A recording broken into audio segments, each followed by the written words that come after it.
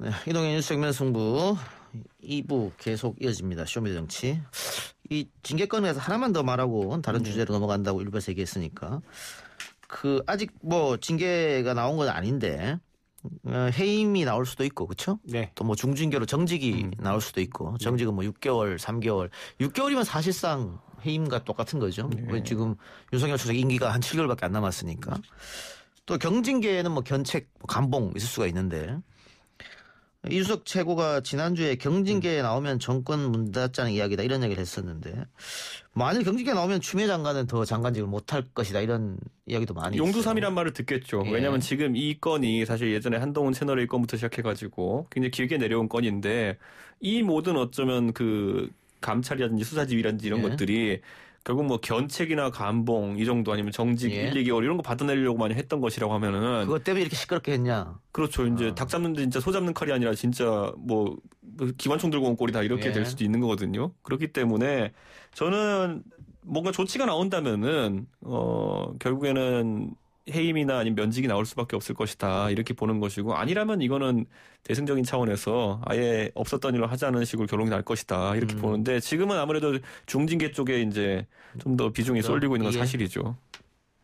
해임 같은 경우라고 이제 해임하고 면직이 사실은 이제 검사 옷을 벗는 거 아닙니까? 그런데 이제 그렇게 저도 이제 그런 정도의 중징계가 나올 것으로 예상되고 전 개인적으로도 이 판사 사찰 문제는 여전히 심각하다고 판단하고 있기 때문에 그런 부분들을 고려한다면 면직 이상 결정이 나올 것이라고 좀 예측을 하고 있습니다. 근데 다만 이제 면직으로 할 거냐 해임으로 할 거냐가 이제 좀 고민일 텐데 해임 같은 경우에는 이제 공직 진출의 제한도 있고 뭐 여러 가지 이제 불이익이 있습니다. 뭐 퇴직금도 좀 제한이 있고. 근데 그런 부분에서 이제 만약에 이제 징계위원들이 충분한 심의 끝에 그래도 명색이 그래도 한 나라의 총장까지 한 사람인데 명예를 지켜주자 한다면 면직으로 결정할 것이고 아니 이 불법의 정도는 심각하기 때문에 분명히 이 부분에 대해서 책임을 확인해야 된다. 그렇게 하면 해임 결정도 가능할 것이고. 저는 근데 사찰건이 저는 계속 이제 의문이 드는 게 이게 사찰이라고 하면 보통 민간인 사찰이라면 피해자가 있거든요. 그리고 피해자가 굉장히 자신의 권리가 침해됐다고 주장을 한다든지 이런 과정이 있는데 지금 윤석열 총장이 사찰했다는 것들에서 피해자가 누굽니까?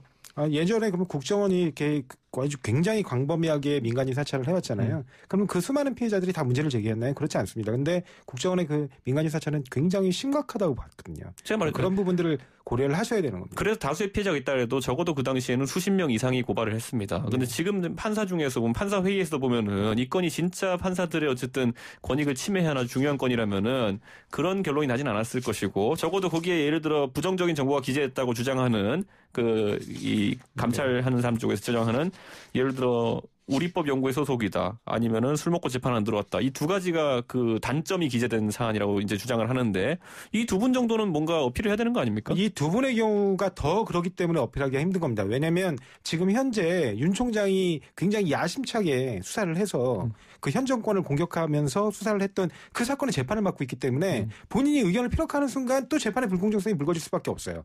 판사로서는 그 부분이 가장 민감한 부분이거든요. 그래서 본인의 재판이 굉장히 법 절차에 따라 공정하게 진행되고 있다라는 부분에 대해서 국민들께 충분히 그걸 갖다 납득시키고 설득시킬 수 있어야 되는데 본인이 혹시라도 이런 신상에 관한 문제 때문에 이 의견을 표명하게 되면 자신이 지금 진행하고 있는 재판에 오해를 일으킬 수 있다는 거죠. 그러니까 피해자가 피해를 주장한 적은 없지만 피해를 주장하고 싶을 것이다 때문에 이렇게 한다? 아니요. 그렇게 예측의 문제가 아닙니다. 네. 이거는 아까도 말씀드렸지만 국가기관이 특히 대검이라는 뭐 범죄를 예방하고 그다음에 그 범죄를 수사해서 그 사람들을 처벌하는 권한을 갖고 있는 기관이 그 판사 정보를 수집해서 그걸 공판 관련하면 공판 담당부에다 넘겨야지 왜 반부패부에 넘깁니까? 이 최고 발언 마무리해 주세요. 네, 저는 뭐 예를 들어 그게 아까 말했던 것처럼 판단이 모호하기 때문에 그런 겁니다. 우선 수집 수단이라는 것이 네이버 검색이나 법조인 대관이라 그러면은 불법적인 수단으로 보기도 어렵고 우리법 연구회가 진짜 단점인가? 예? 우리법 연구회 그럼 저는 이번 정부에 잘 나가는 사람들도 보이거든요. 근데 그게 왜 단점이지? 그게 왜 이제 약점을 캐는 거지? 이런 생각이 보수언론에 의해서 드는 그거 가지고 굉장히 또 판결의 결론에 대해서 비판의 근거를 삼곤 했죠.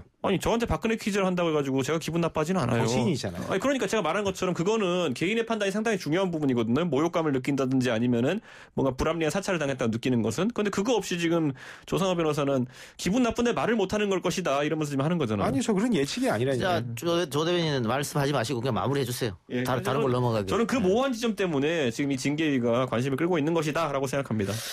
알겠습니다. 5분밖에 안 남았어요. 시간이 20분 넘게 주어져 있는데. 시간 배분 못하는 건 진행자 탓이지 또 어디다 또. 5분밖에 안 남았으니까 좀 진행에 따라주시고. 예. 다른 건 못하겠고 예. 뭐 공수처 얘기만 해야겠네요. 근데 이거는 뭐 예상됐던 거였었고 오늘 통과되는 것은 뭐 통과됐고 또 국민의힘으로서는 뭐 수적 열세가 워낙 뚜렷했기 때문에 막을 방법은 없었고 뭐 필리버스터 하더라도 몇 시간 뭐 못했으니까.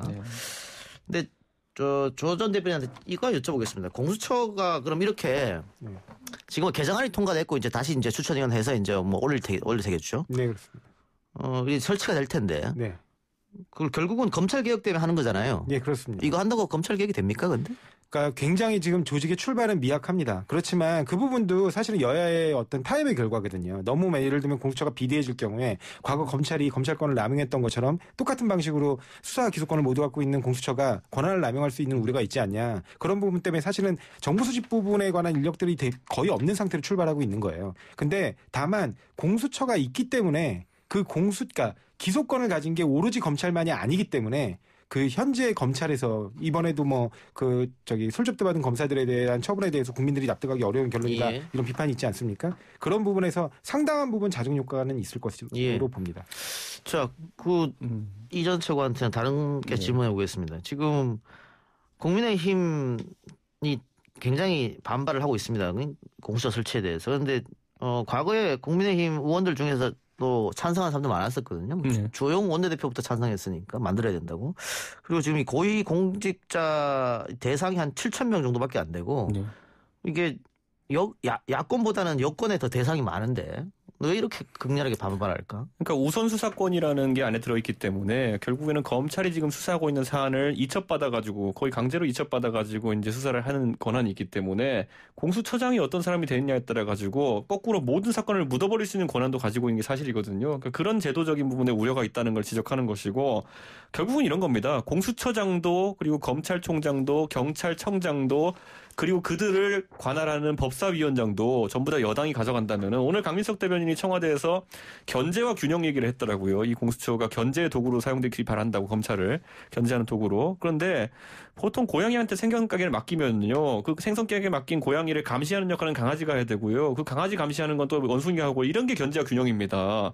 지금은 생선가게 맡은 고양이부터 해가지고 다 고양이에요. 팀 고양이지 이게 어떻게 이게 견제와 균형입니까? 그러니까 저는 이거는 오히려 청와대 대변인이 말한 것처럼 견제와 균형을 위해서라면은 대한민국의 수사 권력 또는 그것을 감시하는 뭐 법사위원장이라든지 어느 정도는 야당이 권력을 분점할 수 있어야 되는데 지금은 전부 다 팀 고양이입니다, 그냥.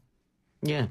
자, 어쨌든 공수처는 이제 출범합니다. 시간의 문제인 것 같은데 뭐 7월에 했어야 했습니다. 어쨌든 늦어졌습니다만은. 자, 국민 여론을 물어보면 공수처 설치에 반대보다는 찬성이 많아요. 지금까지 쭉 그래왔습니다. 그런데 지금 야당은 독재다, 의회 독재다 이렇게 얘기하면서 날치기 아니냐.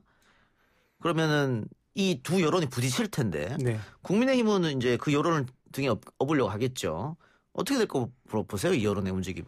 저는 조금 이해가 안 되는 게 만약에 여야에 대립하는 과정에서 도저히 해결이 안 되면 결국에는 표결로 갈 수밖에 없거든요. 근데 그렇게 해서 표결로 가면 무조건 날치기래요. 그러면서 제대로 토론조차 없었다고 얘기를 합니다. 왜냐하면 토론을 거부하니까 토론 진행 원래 안 되는 거거든요. 근데 그렇게 해서 5개월, 6개월 끌다가 정작 이제 통과시키려고 하면 그때서야 또 토론을 하자는 겁니다. 그래서 80일, 90일 토론을 하자는 건데 그럼 도대체 언제 일을 하는 겁니까? 그것 때문에 어쩔 수 없이 현재 시점에 5개월 이상 출범이 지연되면서 초래한 결과고요. 그 결과에 대해서 국민들은 충분히 납득하실 것이라고 봅니다. 저는 이제 이렇게 보는 게 날치기를 2번 해서 그래요. 지난번에 패스트트랙 할 때도 한번 날치기 하고 그걸 자기들이 스스로 바꿔가지고 또 날치기 하고 그러니까 자기가 날치기 한 걸 또 날치기 하는 경우는 아마 대한민국 헌정사에 전무후무할 겁니다. 예, 알겠습니다. 자, 이렇게 깔끔하게 끝내면 되겠네요. 두 분 오늘 말씀 고맙고 또 다음 주에 두 분은 뵙는 걸로 약속드리겠습니다. 지금까지 조상호 더불어민주당 전 상근부대변인, 이준석 국민의힘 전 최고였습니다. 고맙습니다. 네, 감사합니다.